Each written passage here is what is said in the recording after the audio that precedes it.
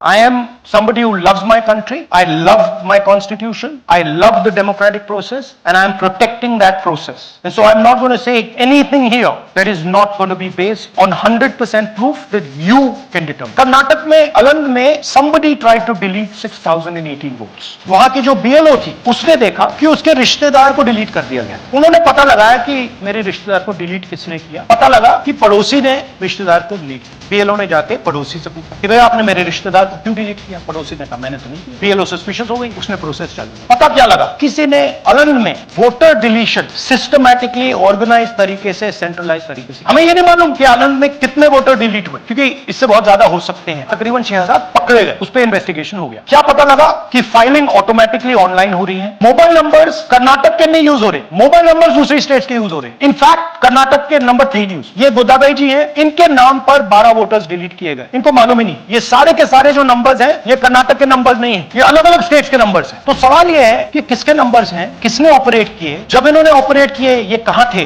IP address क्या था, OTP कैसे जनरेट हुआ, कहां गया, ये सवाल है. ये दूसरा उदाहरण सूर्यकांत जी, इन्होंने 12 वोटर्स को 14 मिनट में डिलीट कर दिया. और जब हमने इनसे पूछा कि भैया आपने ये कैसे किया, वो कहते हैं मैंने तो नहीं किया, मैं तो जानता ही नहीं. ನನ್ನ ಹೆಸರು ಸೂರ್ಯಕಾಂತ್ ಗೋವಿನ. ನಾನು ಸತ್ಸಂಬ ಗ್ರಾಮದಲ್ಲಿ ನನಗೆ ನಾಲೆಜ್ ಕೇಳಿದೆ, ನನ್ನ ಹೆಸರು ಮೇಲೆ 9 ಜನರ ಲಿಸ್ಟ್ ಅನ್ನ ಡಿಲೀಟ್ ಮಾಡಿದ. नागराज जी, इन्होंने 2 एप्लीकेशन 36 सेकंड में फाइल कर दी. और मजे की बात देखिए, ये 4 बजे सुबह उठ के फाइल कर रहे हैं. पता नहीं क्या हुआ और कितने 36 सेकंड में डिलीट करके फिर सो गए.